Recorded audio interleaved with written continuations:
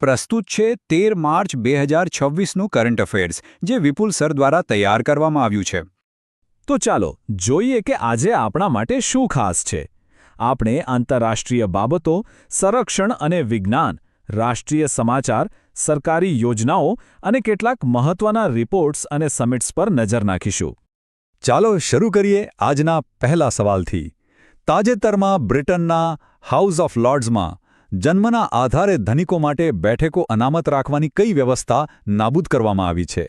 Options છે: A. House of Commons, B. Hereditary peers, C. Life peers કે D. People's peers. સાચો જવાબ છે બી. Hereditary piers. જુઓ, આ એક સદીઓ જૂની પ્રથા હતી, જેમાં અમુક ઉમરાઓ પરિવારોમાં જન્મ લેવાથી જ એમના વંશજોને સંસદના ઉપલા ગૃહમાં સીટ મળી જતી હતી. હવે આ પ્રથાનો સંપૂર્ણપણે અંત લાવી દેવામાં આવ્યો છે. હવે બીજો સવાલ. તાજેતરમાં ચર્ચામાં રહેલા પ્રોજેક્ટ કાલ અને શેષનાગ 150નો સંબંધ કોની સાથે છે? A. Ballistic missile, B. Aircraft carrier, C. Swarm drone કે પછી ડી. સબમરીન. આનો સાચો જવાબ છે સી. Swarm drone. તો આ સ્વોર્મ ડ્રોન શું છે? કલ્પના કરો કે સેંકડો નાના ડ્રોન એક ઝુંડમાં એકસાથે દુશ્મન પર હુમલો કરે. બસ આ જ છે સ્વોર્મ ડ્રોન ટેકનોલોજી. ભારત હવે આ ટેકનોલોજી પર ખૂબ જ ઝડપથી કામ કરી રહ્યો છે, જેમાંથી પ્રોજેક્ટ કાલ નોઈડામાં અને શેષનાગ 150 બેંગલુરુમાં વિકસાવવામાં આવી રહ્યા છે. ત્રીજો પ્રશ્ન શિક્ષણ ક્ષેત્રે એક મોટી સિદ્ધિ વિશે છે. 99.93% સાક્ષરતા દર સાથે દેશનો બીજો સંપૂર્ણ સાક્ષર કેન્દ્ર શાસિત પ્રદેશ કયો બન્યો? એ. લદ્દાખ, બી. ચંદીગઢ, સી. દિલ્હી કે ડી. પુડુચેરી. તો સાચો જવાબ છે બી. ચંદીગઢ. લદ્દાખ પછી હવે ચંદીગઢે આ સિદ્ધિ મેળવી છે અને આ સફળતા પાછળ ઉલ્લાસ કાર્યક્રમનો મોટો હાથ છે, જે મૂળભૂત શિક્ષણ અને સાક્ષરતા પર ધ્યાન કેન્દ્રિત કરે છે. ખરેખર આ એક ખૂબ જ ગર્વની વાત છે. હવે એક ખૂબ જ ઐતિહાસિક સવાલ.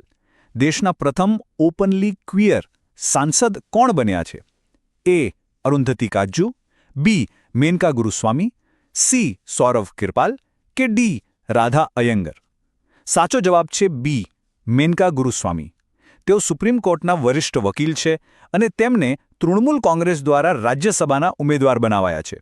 યાદ અપાવી દઉં કે આ એ જ મેનકા ગુરુસ્વામી છે જેમણે કલમ 377 વિરુદ્ધની લડાઈમાં મુખ્ય ભૂમિકા ભજવી હતી. ભારતીય રાજકારણમાં આ એક મોટો બદલાવ છે. પાંચમો સવાલ પંજાબ સરકારની એક નવી યોજના વિશે છે. પંજાબ સરકારે મહિલાઓને આર્થિક સહાય આપવા માટે કઈ નવી યોજના શરૂ કરી છે?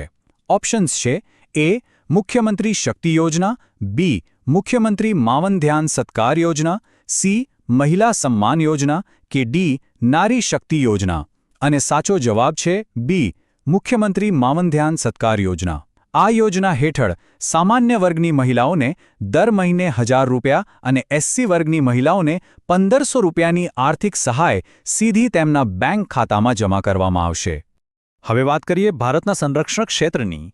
તાજેતરમાં કયા દેશે ભારત પાસેથી બ્રહ્મોસ મિસાઇલ ખરીદવાનો કરાર કર્યો છે? A. Vietnam, B. Philippines, C. Indonesia કે ડી. મલેશિયા. સાચો જવાબ છે સી. ઇન્ડોનેશિયા. ભારતની ડિફેન્સ એક્સપોર્ટ માટે આ એક મોટી સફળતા છે. બ્રહ્મોસ મિસાઇલની ખાસિયત એ છે કે તે ફાયર એન્ડ ફર્ગેટ સિસ્ટમ પર કામ કરે છે. એટલે કે એકવાર ટાર્ગેટ લોક કર્યા પછી તે આપોઆપ નિશાન સુધી પહોંચી જાય છે. અને હા, એનું નામ ભારતની બ્રહ્મપુત્રા અને રશિયાની મસ્કવા નદી પરથી રાખવામાં આવ્યું છે. સાતમો સવાલ આધાર કાર્ડની સુરક્ષાને લગતો છે. આધાર સિસ્ટમની સુરક્ષાને વધુ મજબૂત કરવા માટે સ્ટ્રક્ચર્ડ બગ બાઉન્ટી પ્રોગ્રામ કોણે શરૂ કર્યો છે? એ. CERTIN, બી. NIC, C. UIDAI કે ડી. CDEC. સાચો જવાબ છે CUIDAI. આ એક બહુ જ રસપ્રદ પ્રોગ્રામ છે. આમાં UIDAI સારા હેકર્સ એટલે કે એથિકલ હેકર્સને આમંત્રણ આપે છે કે તેઓ આધાર સિસ્ટમમાં કોઈ ખામી કે ભૂલ શોધી કાઢે, અને જો કોઈ સફળ થાય તો તેમને ઇનામ આપવામાં આવે છે. આનાથી સિસ્ટમ વધુ સુરક્ષિત બને છે. આપણો આઠમો સવાલ છે. નીતિ આયોગના બીજા ફિસ્કલ હેલ્થ ઇન્ડેક્સ 2026માં એચીવર કેટેગરીમાં કયું રાજ્ય પ્રથમ સ્થાને રહ્યું છે?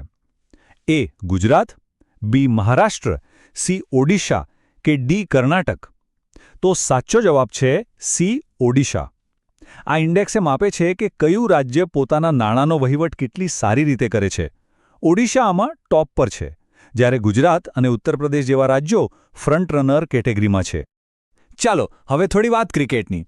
બીસીસીઆઈના નમન એવોર્ડ્સ અંતર્ગત CK Naidu life time achievement award કોને એનાયત કરવામાં આવ્યો? A. Sachin Tendulkar, B. Rahul Dravida, C. Kapil Dev કે D. સુનિલ ગાવસ્કર? અને સાચો જવાબ છે B. Rahul Dravid. The wall તરીકે જાણીતા રાહુલ દ્રવિડને આ પ્રતિષ્ઠિત સન્માન મળ્યું છે. આ ઉપરાંત શુભમન ગિલને ક્રિકેટર ઓફ ધ યર અને મહિલા ક્રિકેટમાં મિતાલી રાજને પણ લાઇફ ટાઈમ અચીવમેન્ટ એવોર્ડથી સન્માનિત કરવામાં આવ્યા હતા. 10મો સવાલ પર્યાવરણ સાથે જોડાયેલો છે. એર ક્વોલિટી AQI અને પાણીના સ્વાસ્થ્ય પર નજર રાખવા માટે લેક એન્ડ એર વોચ પહેલ કયા રાજ્યે શરૂ કરી છે? A. Maharashtra, B. Kerala, C. Gujarat કે D. તમિલનાડુ? સાચો જવાબ છે C. ગુજરાત. પર્યાવરણની રક્ષા માટે ટેકનોલોજીનો આ એક ખૂબ જ સરસ ઉપયોગ છે. આ આખી સિસ્ટમ સોલર પાવર પર ચાલે છે અને તે રિયલ ટાઈમમાં હવા અને પાણીની ગુણવત્તાનું મોનિટરિંગ કરે છે. અને આપણો છેલ્લો 11મો સવાલ. તાજેતરમાં વડાપ્રધાન મોદીએ કયા શહેરમાંથી PM કિસાન સન્માન નિધિનો 22મો હપ્તો જાહેર કર્યો? A. Varanasi, B. Guwahati, C. Bhopal કે D. જયપુર? સાચો જવાબ છે B. ગુવાહાટી. દેશના કરોડો ખેડૂતો જેની રાહ જોતા હોય છે એ PM કિસાન યોજના હેઠળ ખેડૂતોને વર્ષે 6,000 રૂપિયાની સહાય મળે છે, જે 2,000 રૂપિયાના 3 હપ્તામાં સીધી તેમના ખાતામાં જમા થાય છે. તો આ હતી આજની મહત્વની જાણકારી. ચાલો એકવાર ફટાફટ બધા મુદ્દા પર નજર કરી લઈએ. આ રહી આજની ક્વિઝ સમરી. તમે રિવિઝન માટે આનો સ્ક્રીનશોટ લઈ શકો છો, જે તમને બધું યાદ રાખવામાં મદદ કરશે.